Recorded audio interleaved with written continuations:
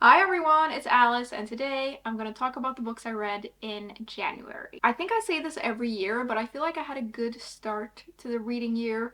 I always feel very excited at the beginning of New Year, and I just kind of want to read everything. And I think in part I feel this way because November and December are very slow reading months for me. I usually kind of take a little bit of a break from reading a lot, and so when January rolls around, I'm always very excited to get back into it. I read 6 books, a lot of which were on the longer side, actually, and I don't know what it is, but at the beginning of the year, I kind of like reading longer books. I feel like I have more time in the beginning of the year, maybe that's why I do it, but a lot of the ones that I read are on the longer side, and because of that, I actually feel like I read a lot, probably more than usual, but yeah. Let's get into it, starting with the first book that I read this year, which was The Impossible Fortune by Richard Osman. This is a mystery book. It's the 5th book, I think, in the Thursday Murray Club series. Yeah, I think it's the 5th. And I love this series. Obviously, if this is the 5th book, I'm pretty far into it, and I just love these books. And the series follows a group of pensioners who constantly get involved in all of these different like mystery cases. And usually there's a murder, and there's one in here as well. There's also a wedding and a bomb and a huge like fortune to deal with. I feel like we're so deep in this series now that whenever I talk about these books or I read a new one and I review it, I just keep saying the same things over and over. But I just love this series. It's so cozy and fun and entertaining, and I find the mysteries to be quite clever and engaging, and I just have so much fun reading these books. As always, it was great to revisit these characters again. I feel like I know them so well now that whenever I read one of these books, it kind of just feels like I'm visiting old friends, and I just love seeing their relationships and their friendships, and it's not just about these pensioners. There's also like a lot of other side characters that's always fun to revisit, and I just love them so much. I also really liked seeing where we were after what happened in the 4th book, which isn't like a huge cliffhanger or anything, but there is something that happens at the end of the 4th book that I wanted to see where they were at, and I really liked seeing where they were at and like what they got up to. I'm not sure what else to say other than that this was a great way to start my reading year, I feel. I do think that these books are in a way kind of like comforting for me. It feels like the same way that I will like rewatch a comfort TV show. These books sort of give me the same feeling. Even though it's a new book, it feels quite familiar, but there are surprises along the way because obviously there's like different stuff going on in here.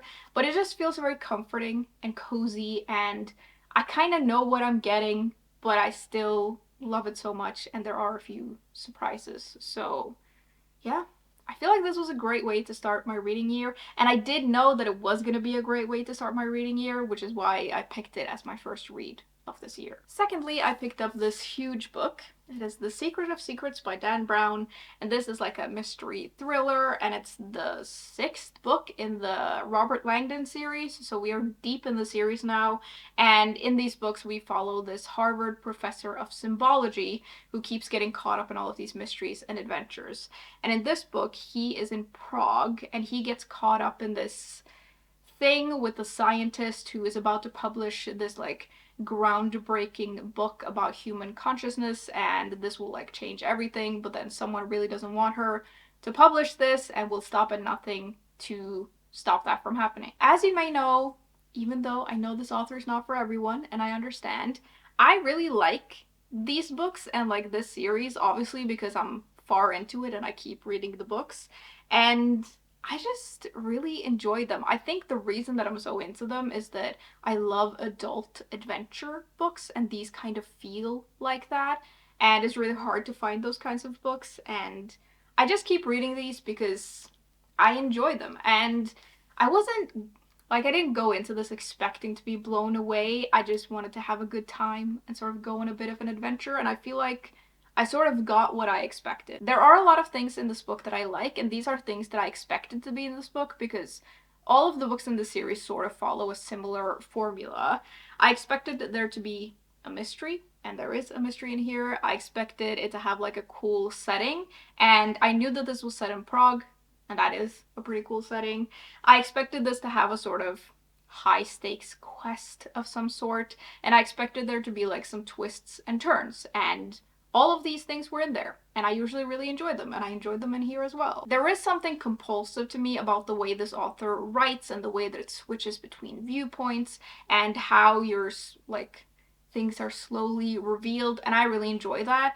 And whenever I read these books, when I sit down and read, I get really sucked in and I read like a good chunk all at once. And I didn't really want to stop reading because I just wanted to figure out what was going on. And I do think you need that in this kind of book where there's like 700 pages.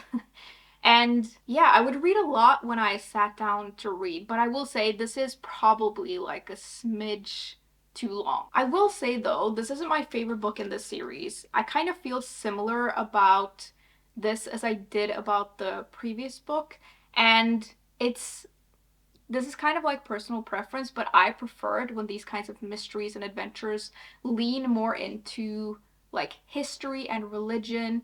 I'm much more interested in that, and the first, I think, 4 books lean very heavily into that. Whereas this leans more into like the science part. And there's a lot of science in here, and some of it is interesting, but it's just not quite my thing. And I also feel like I liked the first 4 books more because I feel like in these more like scientific books, the fact that the main character is a professor of symbology doesn't really matter. Like, I much prefer it when the mysteries like lean into his expertise and he like really needs to know these things and he's a big part of like solving the mystery. And in this, I feel like his skills weren't really needed. I almost felt like it was forced into the story in a way. And I just am not as interested in that. And I think I like it more when the main character actually has to use his skills and knowledge to like help. Instead, we are focusing on like other parts of the character, I guess, and I think that the beginning of the story has a little bit more of that thing that I like because there's a thing that happens that's kind of like mysterious, but it does lean like way more into technology and politics, and there are some philosophical like discussions in here that I thought were interesting, but I just feel like I don't like them as much when they lean into this like science and modern technology, and I don't really know. It's not like catching me the same way that the series used to. I did really enjoy this though, and it was an exciting book for sure, and I had a lot of fun reading it, even though it is a little bit too long. And yeah, I feel like a way to sum it up for me is that it was good, but not great. And I do think that I'm going into these books with a certain expectation, and it is an expectation sort of based on what the first books were like. And I think this series has just taken a turn, and I'm not sure I'm totally into it, but it's okay. It's just like what I like to read. And I do think if you've read the other books in the series and you like them, you would like this as well. But yeah, for me, this was like a 3 out of 5 star read. I read it, enjoyed it, I had a good time. Next, I read The Devils by Joe Abercrombie, and this is a mix of all kinds of genres. It's like historical fiction, fantasy, horror, adventure, and it's set in like a medieval fantasy version of Europe. And we meet this monk who is tasked with a holy assignment, which is to bring this lost princess from where they are to Troy. And to help him on this quest, he is given this like group of sort of different creatures and people, and they go off on this quest and things get very messy very quickly. I've never read anything from this author, so I didn't really know what to expect when I went into this, but I love a good quest slash adventure, especially when it has fantasy elements to it. So this was kind of perfect for that, and I had a good time reading this. Firstly, the world that this is set in is really interesting. It's Europe, but it's not our Europe at all. Like, it's totally different, and I really liked how different it was. It has a totally different, like, religious system, and there's, like, magic, obviously, because there's fantasy, and we see all kinds of different, like, creatures and things, which I really liked, and I really liked the magic as well. I was also very curious as to how the writing was gonna be in this. I didn't know if it was gonna lean like very dark and heavy or like what it was gonna be. And I would say that there are a lot of dark elements in here. There's a lot of violence, and there's a lot of horror, and there are horrible things that happen in this book. But the writing in general leans quite humorous. And I know that that kind of writing is not for everyone, but I actually like when it hits correctly, I really like it. So I really enjoyed that part of this book. Although there is quite a lot of action in this book, and the action starts pretty early, and like there's a lot of stuff that happens in this book, like the characters do not get a break at all. I do feel like we get to know the characters quite well. We have a very interesting group of characters, and we see some of their perspectives, not all of them. And I really liked that. And I was actually a little bit surprised because pretty early on in this book, there is something that happens that made me like about one of the characters. Like I was actually very concerned. And I thought when that happened, I was like, wow, I'm actually pretty invested in all of these characters already. Like, I'm really into it. And I really enjoy that. And I like that we have all of these characters who are all kind of like horrible people. They're all flawed, some more than others, but they're all flawed, and that just makes them very interesting. And they don't always get along, and this like all of these dynamics within this group I just love. Now, I do think that the book could have benefited from a little bit more space for the characters, in the sense that in the bits in between all of the action, I would have liked to spend a little bit more time with them, I guess.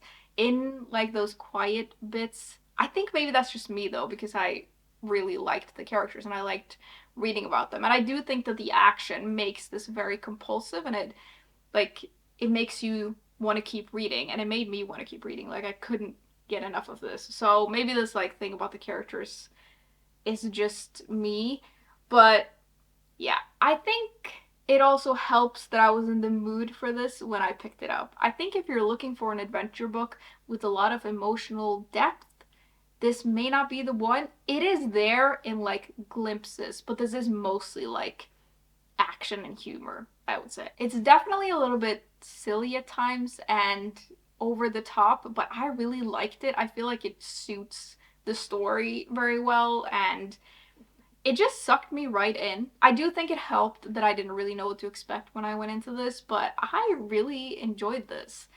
I think I'm gonna give it like 4 out of 5 stars. It feels like a pretty solid 4-star read.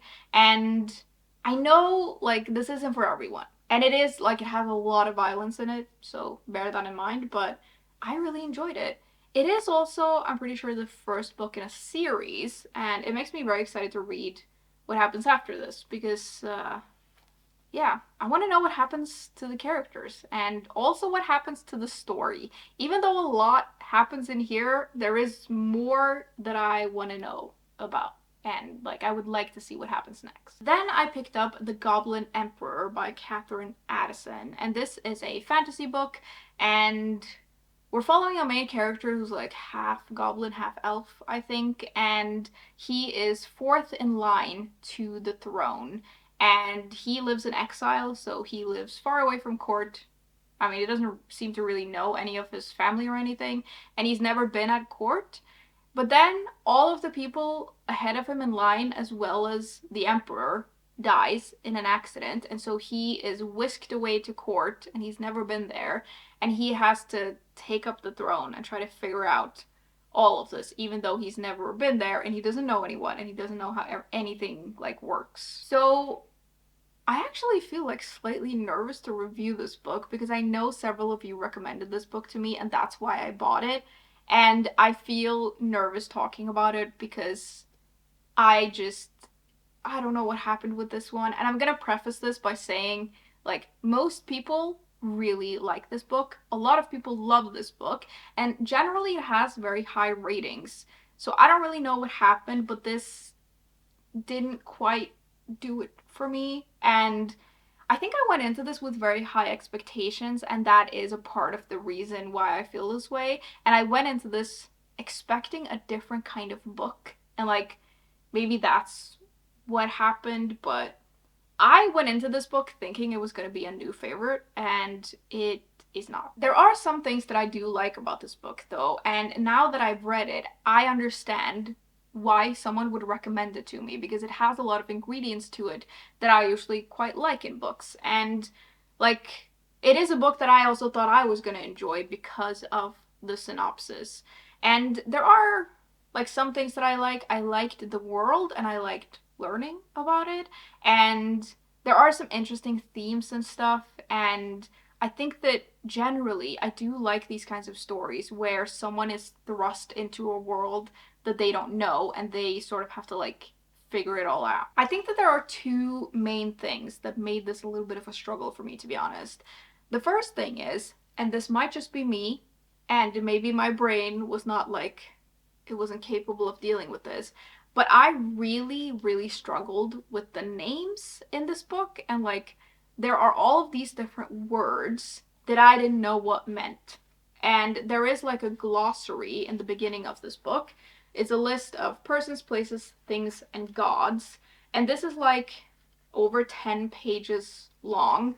And like there's a lot of words and stuff that I just didn't understand. And a lot of it is very similar to each other. Like some characters are named almost the same thing.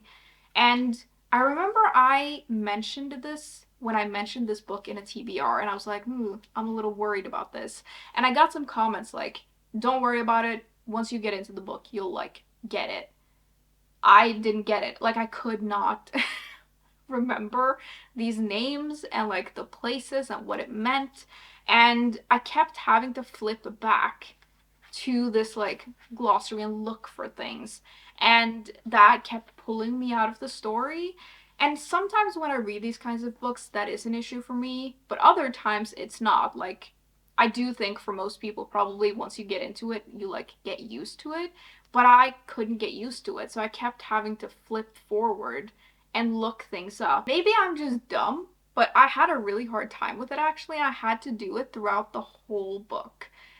I do wonder though if I read this at a bad time because I think that when I picked this up, I was expecting it to be like light and cozy and not very complicated, and I wasn't really in the headspace for anything complicated because I actually felt like my brain needed a little bit of a break and it didn't really get it with this. So I'm wondering if my brain was too full to read this book and that's what happened. But I do think like a lot of this I just got very confused with. And I also felt like sometimes I would flip forward to find something and I couldn't find it because it didn't refer to that actual thing, but there's like a version of this word. And I don't know, I really struggled with it. The other thing that I thought while I was reading this, and again, I think this is a me issue, I actually didn't find the main character all that interesting. And I don't know what it was. It's not that he felt one dimensional, but I'm wondering if maybe he felt a little bit too perfect for me in a way. And even from the start, I was not immediately interested in him. And it didn't really get better throughout the book. And when you're not like super interested in the main character and the whole book is about the main character and from his perspective, that is gonna be a little bit of a struggle. And I don't know if I can really pinpoint why I wasn't that interested, but it just didn't like the character didn't really pull me in and I just wasn't that interested. There were moments throughout this book that were really interesting to me and there are parts of the world that I thought were very interesting. But I do think it is hard to like really get into a book when you're not super interested in the main character and you're really struggling with like the language thing. Like I was on the struggle bus and I could not get off it. And I feel like even by page like 150, 200, the book had kind of already lost me because at that point I do feel like I should be invested in it. And I wasn't excited to pick it back up because I felt like I needed enough brain capacity to like take all of this in, and I just wasn't that excited about it. And the reason that I kept going with it was because I felt like I should like this book. And I didn't really understand why I didn't. And like why it didn't work for me. Because you would think that I would love this. I don't think you should listen to me about this book though. I gotta be honest. I think that this was just like bad timing for me to read this book. I wasn't in the mood and I didn't have like the capacity in my head for it, and so it just didn't really work for me. But it does work for most people, so just bear that in mind. I really think that I'm the problem here. And there's nothing really wrong with the book. Like, it's not the book's fault that I cannot get these words into my brain. Like, that's not the book. And yeah, it just didn't, honestly, it just didn't work for me. I'm gonna give it somewhere between like a 2 and 3 stars, probably more of a 2. I kind of feel terrible about it though. I don't really know why, but I feel bad that I didn't like this.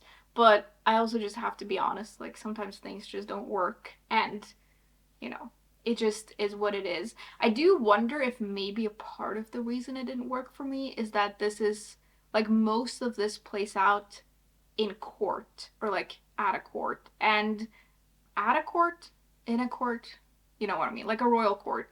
And I don't know if I'm that interested in that, so maybe that was the issue as well. And also, there's a lot of like political intrigue in here, and I don't know if I'm that interested in that. I'm wondering if maybe I like these kinds of books when there's more of like adventure or like a quest or something. I'm not quite sure. I really do think you should probably look up some other reviews for this though if you're interested in it, because I do feel like this is like a me problem. Second to last, I read The Stardust Thief by Chelsea Abdullah, and this is a fantasy adventure book, and it's set in a world where jinn are real and magic is real, and our main character is a criminal who hunts for and sells magic with the help of her bodyguard.